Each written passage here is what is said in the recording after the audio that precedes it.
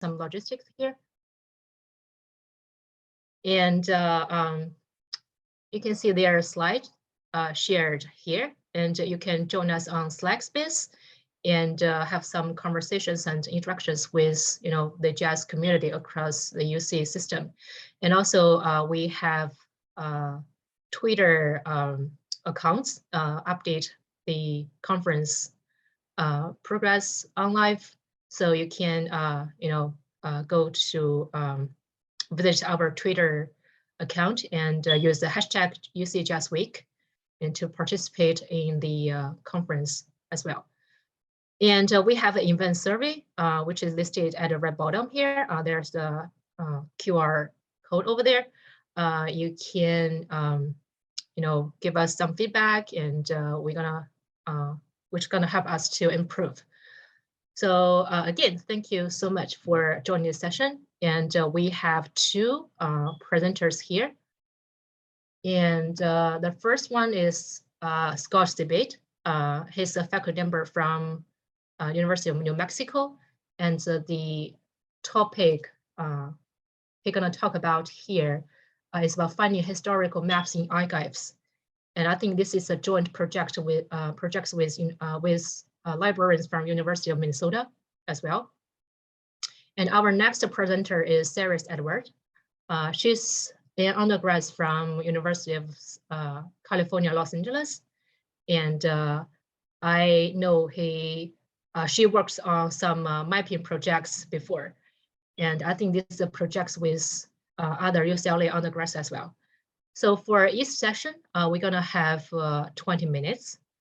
And since we have only two presenters in this session, this session is scheduled as 1 hour. So if the presenter want to extend to 30 minutes, that's okay, like 20 to 30 minutes. And we're gonna leave 10 minutes at the end of this session for questions. So first, we're gonna welcome Scott and to give us the presentation. Thank you, Shiwan. Sure. So I am on the faculty at University of New Mexico. I'm wearing my Cal shirt because I'm a graduate, 1979 of UC Berkeley. And I love wearing this shirt.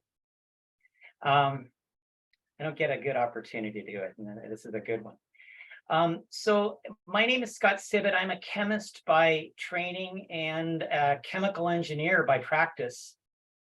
So you might be wondering why I am standing at this GIS conference talking about finding historical maps. Well, there is an explanation.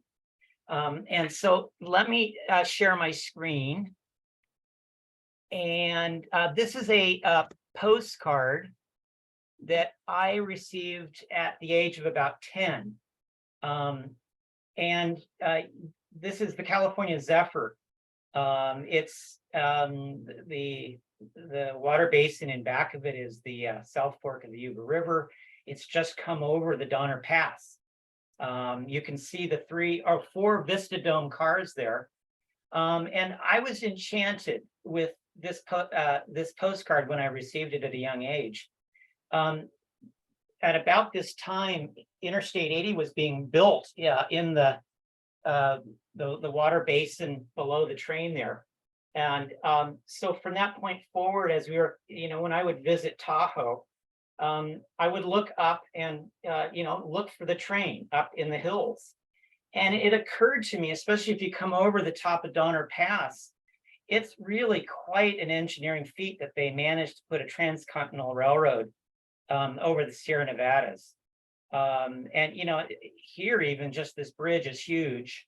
And the fact that they did it made me wonder why that particular location. And it was something that I was puzzled about for many years.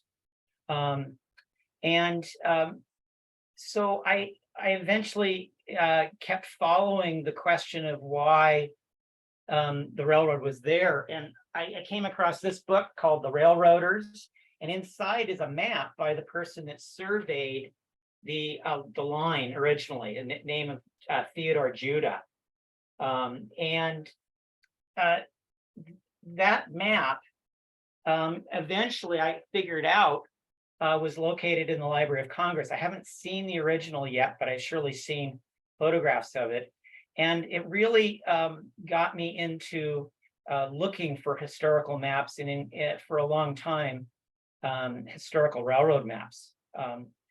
California State Library posted on a defunct website a bit of a map, and I could not find it for many years. 6 years ago, I eventually decided to get more serious about tracking it down, and eventually found it at the California Secretary of State Archives. And that itself was difficult because they had lost track of it, partly because I think it was on its way being sent out to Stanford, which eventually digitized it. Now, this is a special map, 66 feet in length. It's a single piece of vellum, which is a very special type of material. It's kind of plasticized silk. It's a remarkable map. And it became the basis for a paper that Dr. Tobias and I published a summer ago, not this summer, but summer before, in 2021, in California History. If anyone wants the PDF, just email me and I would be happy to send that to you. So that explains how I got into the general topic of finding historical maps. All right, so I want to talk about the 3 ways that are easy to do this, and I'm going to change the screen here back to myself. And obviously we feel very comfortable using the web to find just about anything. So there are search engines out there, and in particular, there's Google, there's WorldCat, which is my favorite, especially the one that's behind at the paywall. And there are other types of search engines that lead us to a specific historical map of interest. There's also online websites, which are really quite remarkable in what they offer to us today. And I'm thinking, as a premier example, is davidrumsey.com. The maps that David Rumsey, a San Francisco real estate developer, acquired over a few decades, are now at Stanford, I understand. But he launched a website that has a remarkably good search engine. The maps are digitized in great resolution. It's truly a great work of art. I'm going to share again, if you don't mind. And let's see.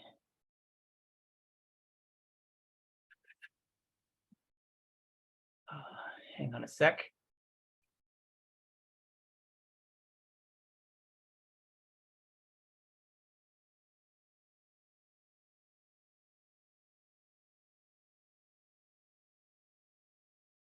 All right, here we go.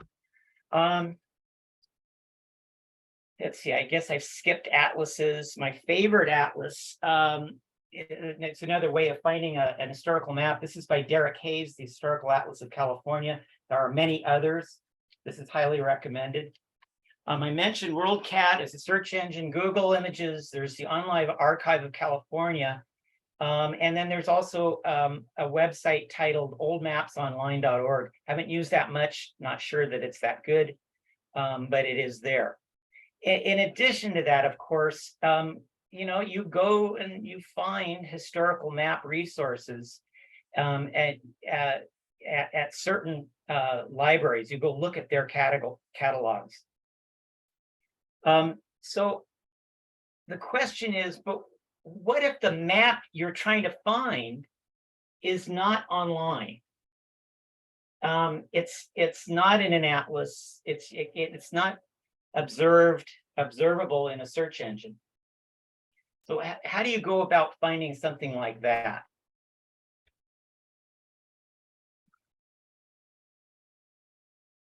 And let's see. But I'd like to put a picture in your mind of how I see maps.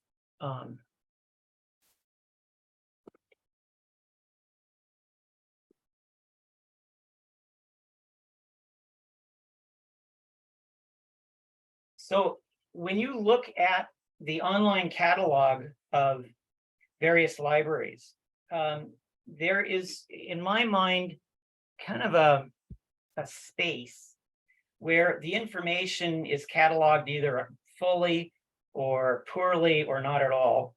And at the same time, the images that are associated with those cataloged items are either 100% digitized, or only a fraction of them are digitized, or none of them are digitized at all.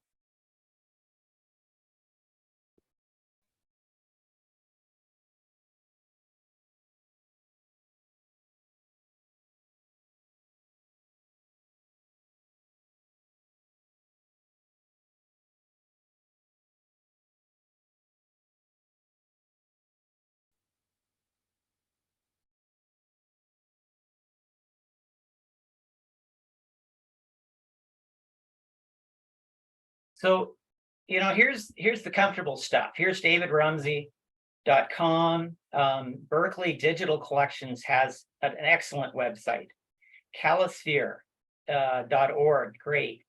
UC Santa Barbara has a huge number of historical aerial photos, and it truly remarkable. And these are all historical, going back to about 1920, perhaps 1930.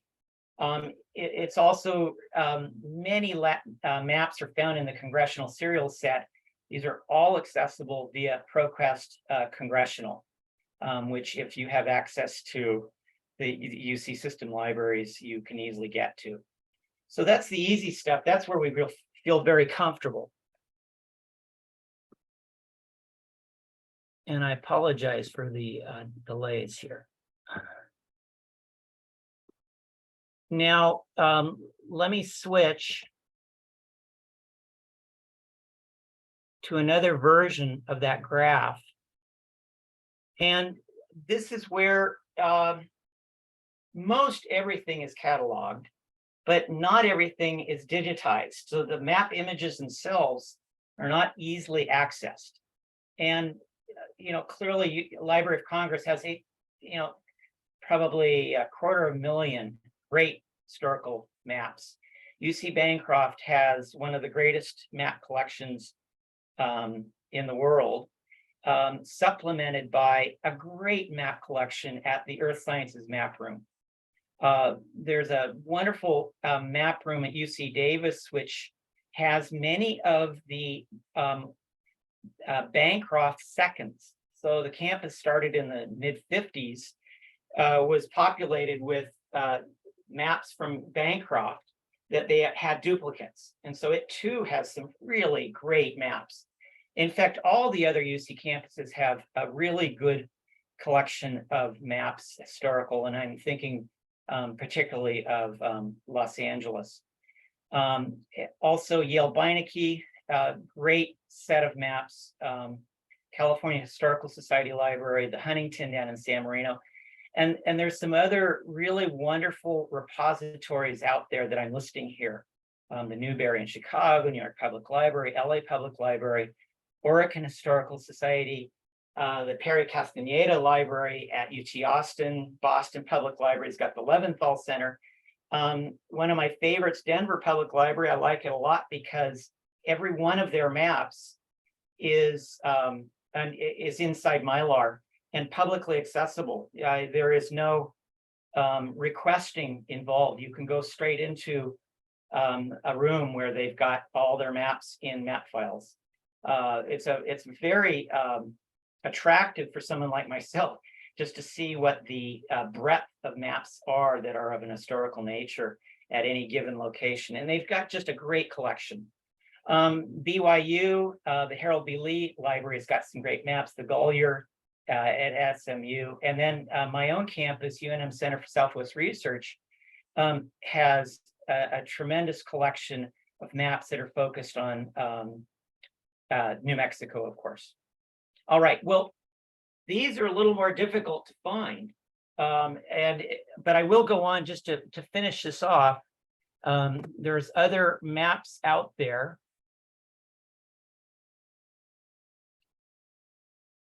Which are even harder to find. And let me share this screen.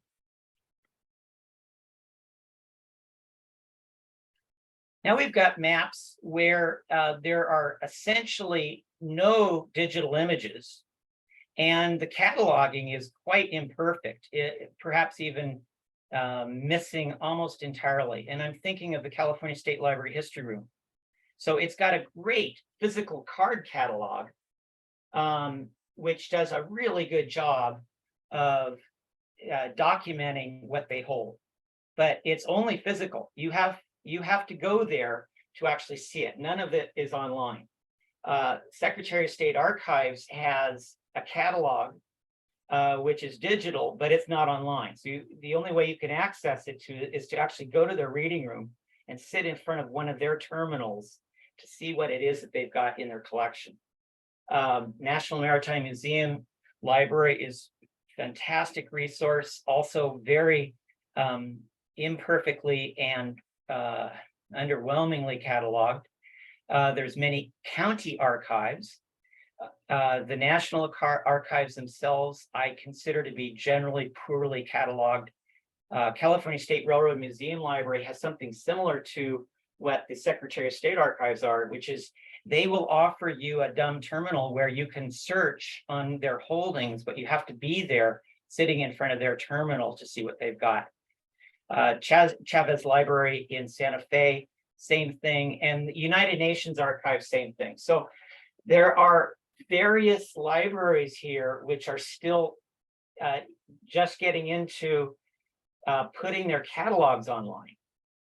Obviously, everyone is going in the direction of 100% catalogs or 100% documentation of what is in the holdings of a given library or archive, and also digitizing all of those maps. That is a major project. And so I would presume that in 10 years' time, this set of 3 figures that I've shown you here is going to look dramatically different as people continue to digitize. I'm looking forward to the next talk, I think, which is on digitization at UCLA. It's going to be great. And I know that there are plans underway at UC Davis for something very similar. Let's see, just to round this out, there are a few facilities out there, institutions, where the situation is much poorer than even, yeah, I mean, so University of Chicago, I don't know if anyone's been there. They have, I would conservatively estimate at 50,000 maps. And there is no catalog. They are barely filed. And when I was there were stacks, maybe 6 to 12 inches deep, of maps that were generally filed based on the first, they were filed alphabetically by the first name of the title. But it was a matter of a specific librarian going through and paging to find any given map that you might be interested in. Western Americana is a microfilm of holdings at Yale Beinecke, and has many, many historical maps in it. Very difficult to find them, and they're not cataloged. California State Library here in Sacramento, their government publications are filed very accurately, but it's 100% alphabetical and there is no catalog. So there's even some institutions where they've got a fair amount of work ahead of them just to get information available to the public to figure out what is in their holdings. And then finally, I'll make just some quick comments about what I find intriguing or hidden gems of libraries that might hold things. I don't know if they do, but I would think that the state of California departmental libraries would be a tremendous resource. I'm thinking specifically of Caltrans, Fish and Wildlife, Cal Fire. I don't know any details about those libraries. The Vatican Library was more recently opened by the new Pope, and so that has become available to scholars who would like to know more. And I know for a fact that, for instance, there's some really rare New Mexico maps that are in the Vatican Library for some interesting reasons. I'd love to go there someday and see what they've got. The Society of California Pioneers Library is in the Golden Gate National Recreation Area. It sounds of interest to me. Mechanics Institute Library in San Francisco, I just learned about.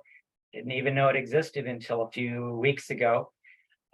British Museum Library, Shirley's got some great holdings on California-related and Western Americana maps. Also, the Hispanic Society of America in New York City. There are archives in Madrid and Seville that clearly have a great deal of historical maps, originals, and they have toured every now and then. I've seen a couple of exhibitions in New Mexico, but clearly they have some spectacular maps there. I have been to the Bibliothèque Nationale de France. They've got some great maps, and in fact, one of the things that really interests me about that is if you think of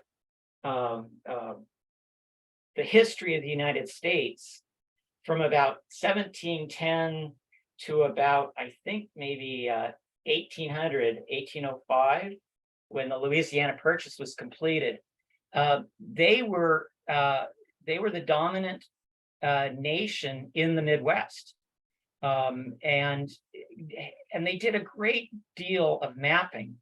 And so things, questions such as, what was the range of the buffalo? Or to what extent did the buffalo begin to diminish over time as a function of depredation by Europeans? Those kinds of questions, I think, might be answered by resort to maps such as those at BNF in Paris. Bayerische Staatsbibliothek in Munich is also a great resource, and that's because Bavarians had a great fondness for collecting historical maps. So there's actually quite a lot of US maps there at BSB. All right, so hidden gems just to think about as well.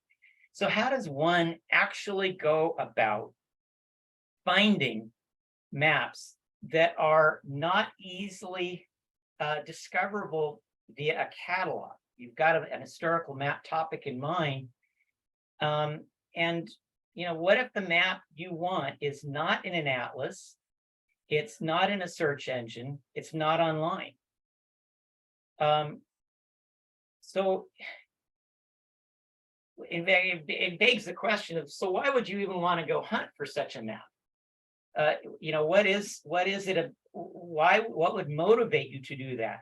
I mentioned just a moment ago that in some cases these maps are very hard to find, but it doesn't mean the topic is not of interest. For instance, to the wildlife historian studying something like the demise of the buffalo, and wanting to pair up with a GIS person to generate a set of maps that show, based on historical data, historical maps, how the range contracted over time. I think if it was easy to find some of these maps, someone else would have done it before. So if you've got a map in mind, there is some virtue in going and looking for it. And again, I'd like to repeat that there are some real benefits right now to yoking the efforts of a professional GIS person, an expert, with an historian. I know for a fact that when Dr. Tobias and I wrote our recent paper, I could not have written that paper without her inputs, without her expertise. And I think it goes the other way as well. I don't think she could have generated that paper with my help as a person that was willing to go dig deep to find historical maps. Okay, so I'm just going to close quickly with tips and tricks on how to do this. I don't have many. First off is don't be intimidated. I think when I first got into finding maps, I was a little bit intimidated by the reading room and the hushed silent, the hushed tones, the fact that there were professional historians there and I wasn't a professional historian. I think it's one of those situations where you just say, look, it's important enough. I'm going to just suppress my concerns that I'm overstepping myself, or I'm in a boundary. I have exceeded a certain boundary.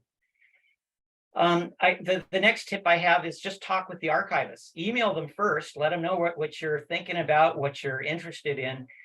Maybe have some specifics in mind and say, by the way, what are your thoughts? What might I be looking for, or how I might look for it? And do you have any suggestions? So I definitely recommend highly touching bases with archivists and research librarians. And then I guess my third tip, and this is what I'll end with, is you got to put in the time. If they're hard to find, it could take months, if not years, which was my case for one particular map to actually uncover. So, all right. I think that's it. I think that's telling you what I know about how to find historical maps. Okay, thank you so much for sharing, Scott. It looks Yes. like there's a lot of work over there, and the tips and tricks are very useful as well. And next, we're gonna welcome our next presenter. And all the questions will be saved at the end of this session. Our next presenter, Cerys. Okay, Cerys, you can share us for now. I think you have around 20 to 25 minutes.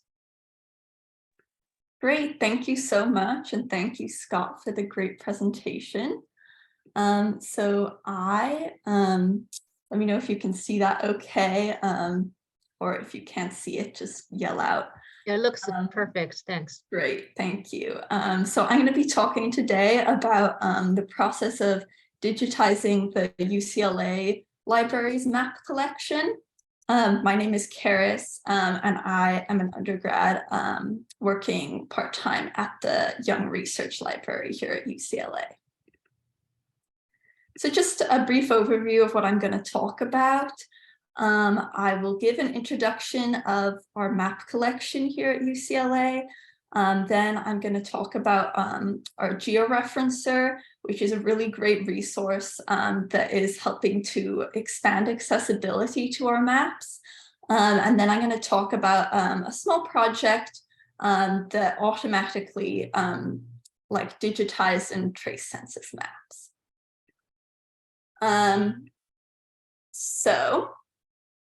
To start off, our main map collection here at the UCLA Library is the Henry J. Bruman collection.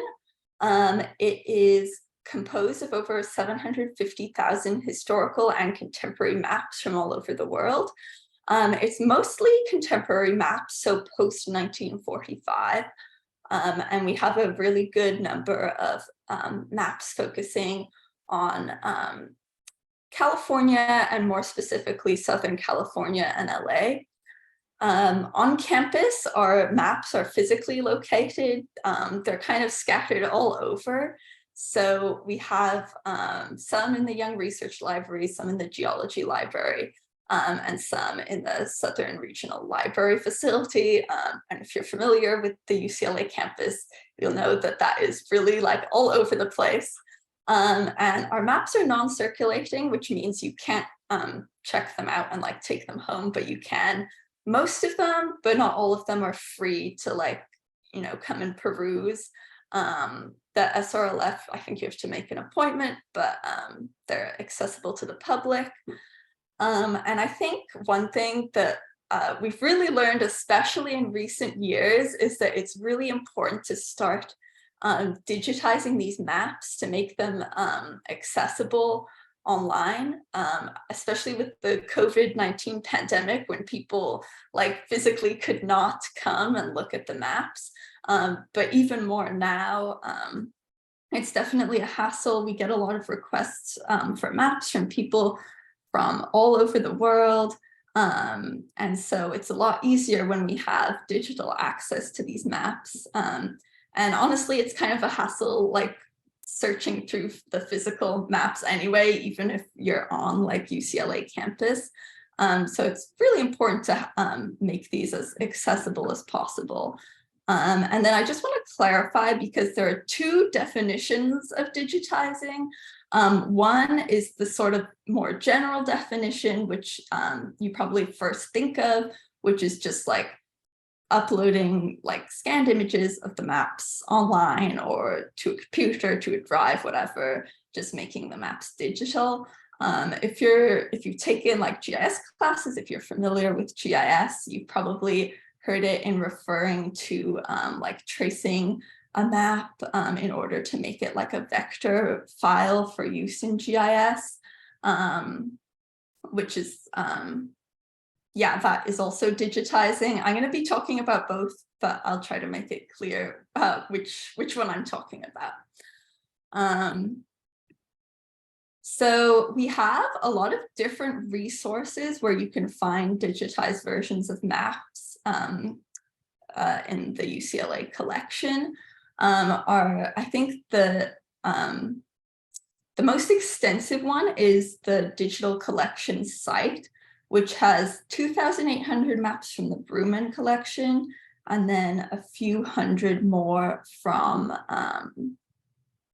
like other collections. So it's like 3,000 something total maps on that site. Then we also have this online index, which is like an ArcGIS online project that it contains links to like topographic series that are housed in SRLF. And then there's the georeferencer, which I'm going to be talking about more extensively in a second. But that is our database for georeference maps in the Bruman collection. Currently, we're focused more on like historical maps, so like pre-1945, and that's very much like a work in progress. And then there's the UCLA Geo Portal, which is like the open data repository run by Geospatial at UCLA, which is more like GIS type files, shape files, that kind of thing. And then of course we have the research guides, which are super helpful for more general research and like access to broad range of databases related to cartography and geography and GIS more generally. So I'm going to talk a little bit in detail about the UCLA georeferencer. Feel free to follow along. And yeah, so just for some background, we have different levels of familiarity, I assume, but georeferencing means that the internal coordinate system of a digital map or aerial photo can be related to a ground system of geographic coordinates. Basically, that just means like lining up a photo of a map with a base map, so it sort of lines up. So the georeferencer allows us to expand access to our maps beyond UCLA, because when we upload to the georeferencer, it also automatically, I believe, goes to the Old Maps Online database, which combines georeferenced maps from institutions from all over the world, which is really cool to have. And then also having like the georeferenced versions of maps makes it a lot easier to find historical maps, because you can really easily search by location and time period.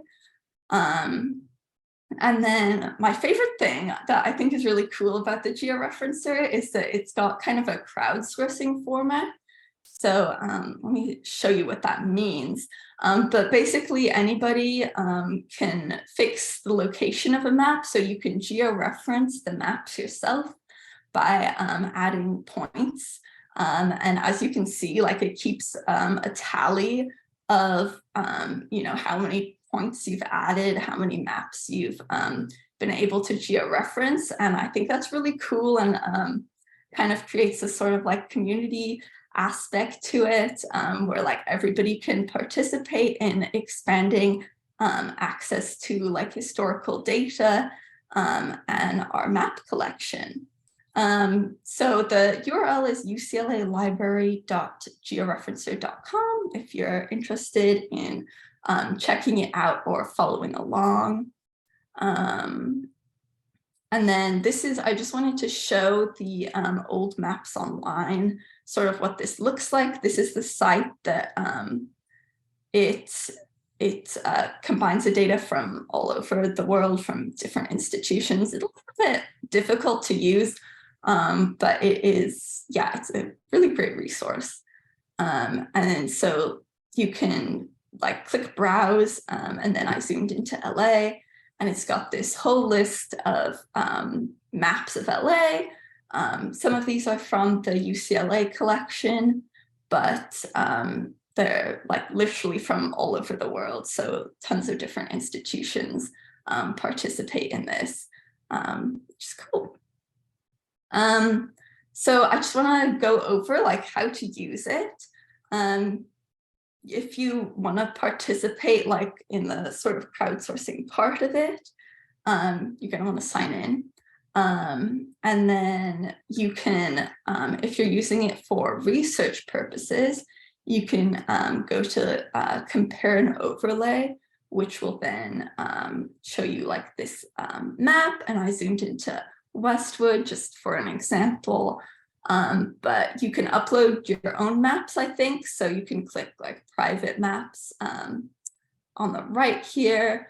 Then there's the UCLA Library maps, which is all of the maps in our collection. As you can see, we have a lot that that cover this area. And yeah, well, you can, once you click on them, it sort of adds them. And you can see like how it overlays, and you can adjust the transparency. And then you can also download it in, I think, multiple different formats. And then there's also the all maps option, which I think includes the UCLA library maps that we uploaded, but I think also all maps from other groups. The georeferencer is like a larger site. And so it shows the maps from other institutions as well as the UCLA georeferencer maps.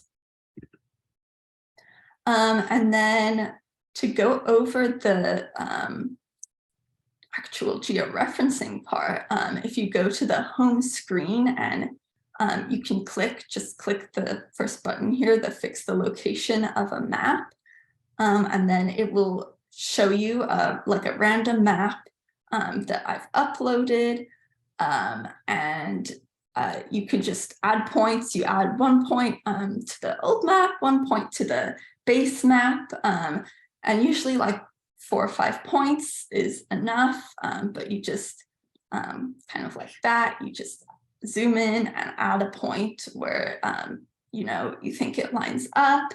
Some maps are more difficult to georeference, some maps are easier, but you can add points. Usually like major intersections are helpful, or borders, or yeah, like peaks of mountains or something that doesn't really change over time, and that you can be pretty sure lines up. And then once you've added enough points, you can overlay the maps, and then sort of like see for yourself how the real lines up, and then move on to the next map. And then once we review it and make sure it's all lines up and it's all accurate, then that goes into the database and becomes searchable when people like, for this one, if someone zoomed into San Diego on the compare and overlay page, it would show this map and they would be able to download it and use it for whatever research purpose they want, which is pretty cool. And then to move on from that topic a little bit, I wanted to talk about this small project I have done sort of on and off for the last year, which started with me asking if there was a way to convert scanned maps to vector files for use in GIS. And I was sort of wondering, like we get a lot of requests for census maps, and I thought like it would probably be useful to have the actual like GIS file, but I didn't want to spend all the time like clicking through and using and like spending a lot of time like tracing like every single boundary by hand. So I was like, is there a way I can automate this process? And it involved a lot of like trial and error research, but yeah, it's actually a pretty simple process. And currently I'm more focused on like digitizing scanning maps as much as possible to add to the georeferencer and just like upload generally, but then also like perfecting this tool and making it more sort of user-friendly. It's kind of a work in progress. So just like for an example, I took this sort of like clip art picture of the US just to like test it out. I georeferenced it. It's not perfect, but just an example.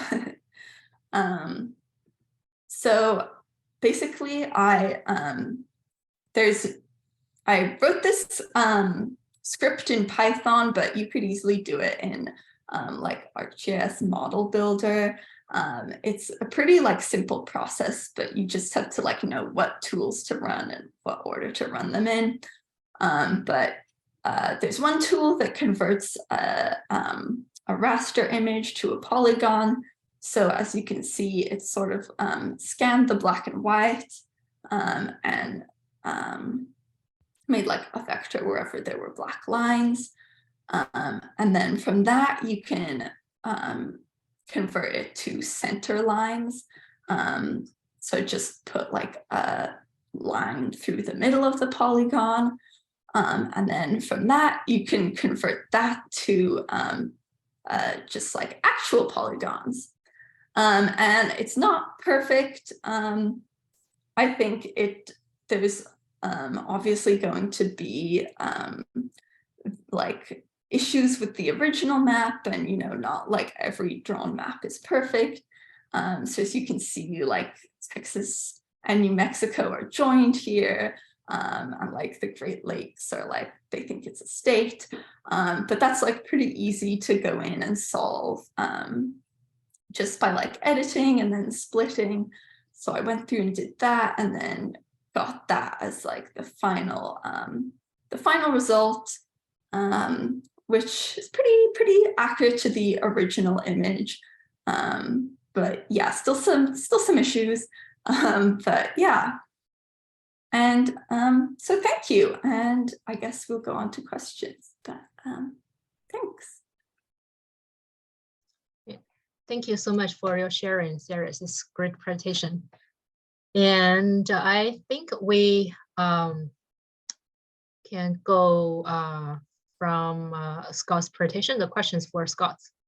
I saw there we have several questions posted in our chat window, and I'm gonna check the question here.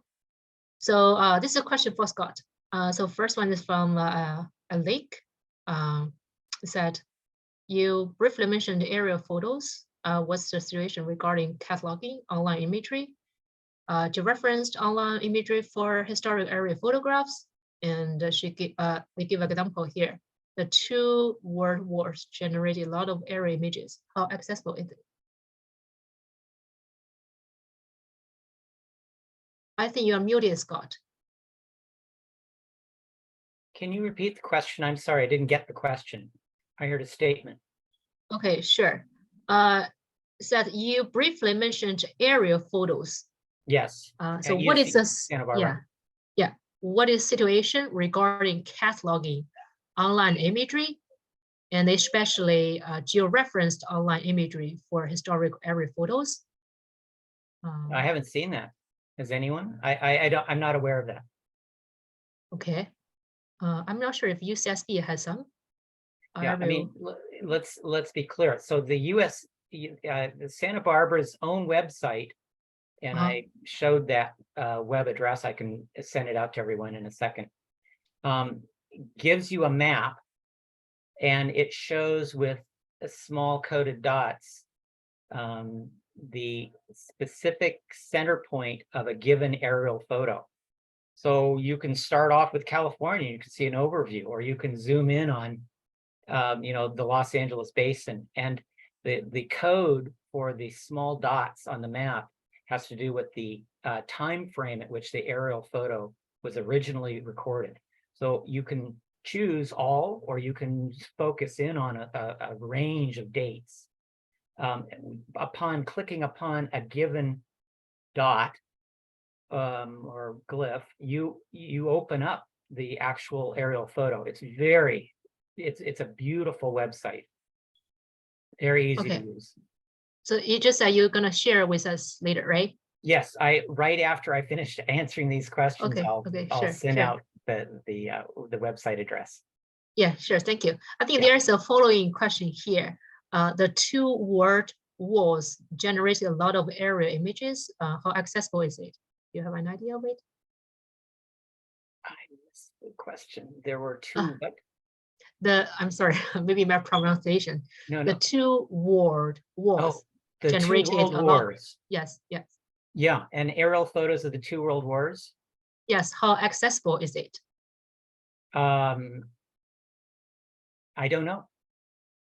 Okay. I would imagine you've got to go back to the East Coast, to Maryland, to the National Archives, where I believe most of the World War material is located at College Park, Maryland, on the campus of the University of Maryland, to a national archive that is located there. I believe that is the main location for most of the material for World War II. But I also know that it's somewhat scattered. Okay, I see. Okay, we have another question for you, Scott. So what is the best way to look at historic National Geographic maps online? Besides, and we're talking about the magazine National Geographic. Is that correct? It's capital N, capital G. Yes, National Geographic maps. Yeah, you're right. I think this is what's the question you're asking for. Yeah, I don't know. That's one of those questions that I think you can answer with WorldCat. Because WorldCat allows you to look at all maps and focus in on all maps published by National Geographic, and then focus in on maps within a certain range of dates. So I think that's relatively easy to find. I'd be happy to help the questioner if they contact me.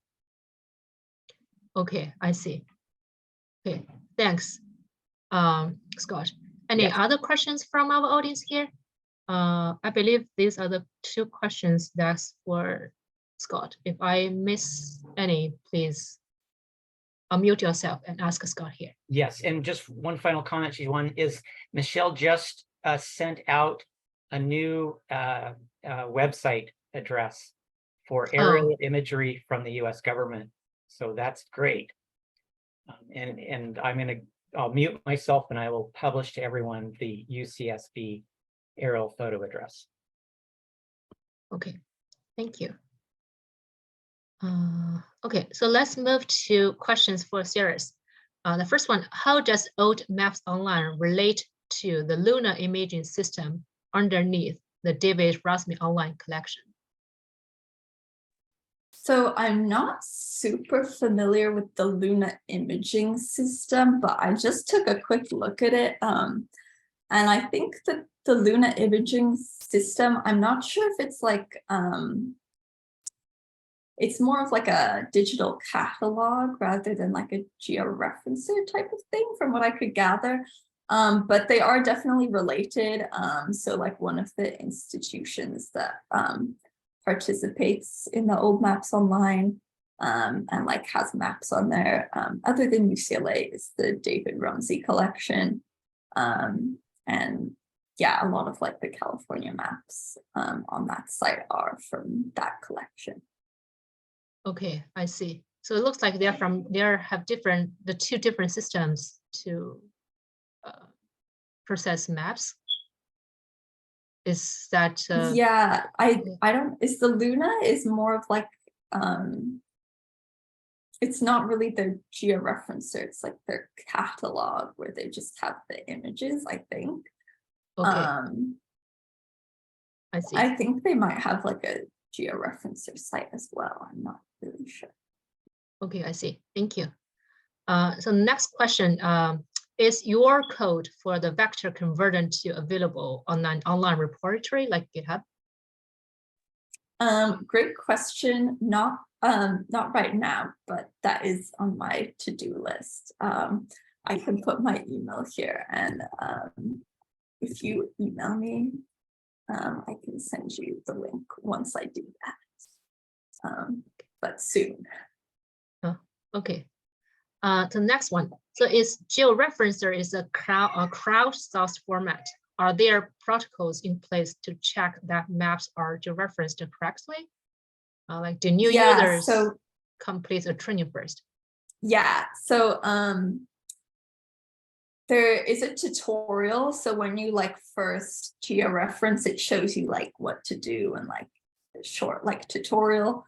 It's really pretty simple process. So you don't really need a complex training to learn how to do it. That's like what's so cool about it, is that like really anybody can do it once like you learn how it works, and it's pretty quick process. So yeah, once people add the points, it's considered edited. And then I would have to go in and like review and make sure it all lines up and it's all good. And then approve it and make sure it's correct. So yeah, it's like if it's not georeferenced properly, it won't be uploaded. It's uploaded once we check that it's good and it works. Okay, thank you, Cerys.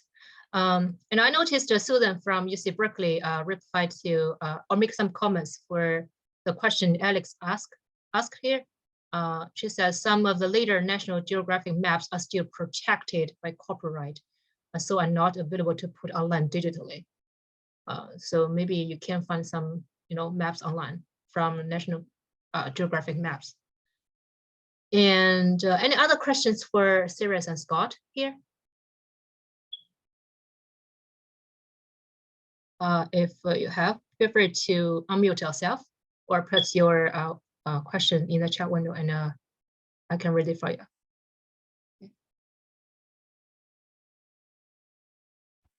Excuse me, can I ask a quick question? Yeah, sure, of course, go ahead. Thank you. So I'm very new to actually getting some help from librarians and actually accessing these maps. I was wondering from UCI campus, like in case I need some census maps or census data, what would be the best step to arrange like a meeting with the librarian and to go over like what are the maps that we have available? Or is there like another place, let's say, to access maps from all the UC campuses in case we don't have something available at UCI?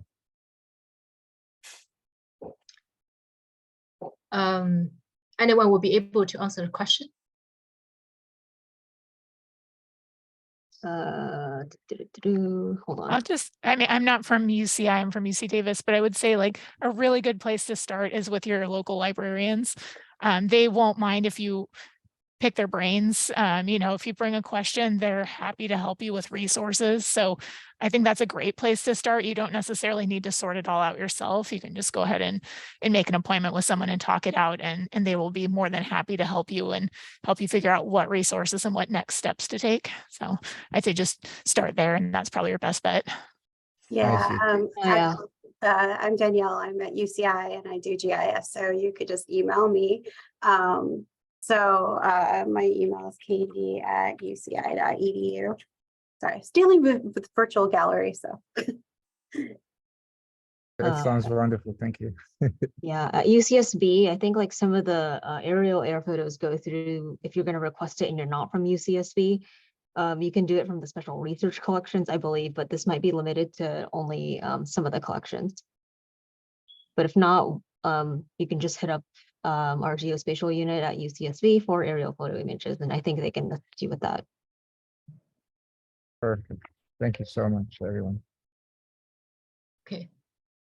Any other questions? So I just saw William post another question here. There are students clubs or organizations on each UC campus that are involved in sustainable development goals related projects. Anyone knows some information about it?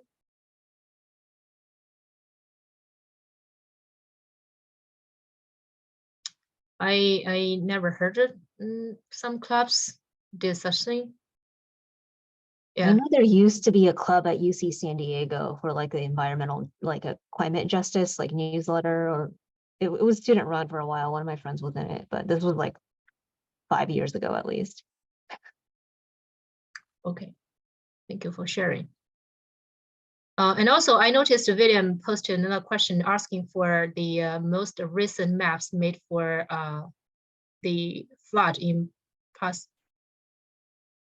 Pakistan.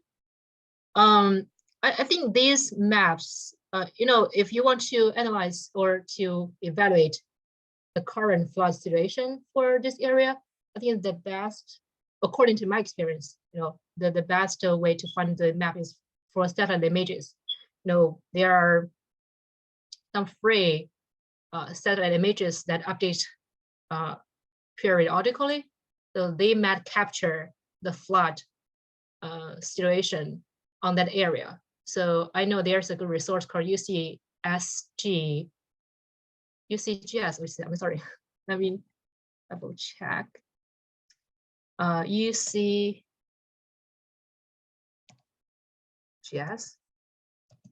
UC Geology Survey. I think they have a online data source called I'm sorry, I can't remember. This is off the top of my head now. They have a very good satellite images sources called something Earth. So you can check the data over there. I just threw a link into the chat. So I think this is more of a remote sensing question than it is like Yes. a shapefile vector thing. Mm-hmm. There's a program from NASA called ARIA, and it's specifically like a rapid response, like a global, you know, disaster page. So I think you can find like images of the Pakistan floods there. And I believe there is like specifically a flood mapper.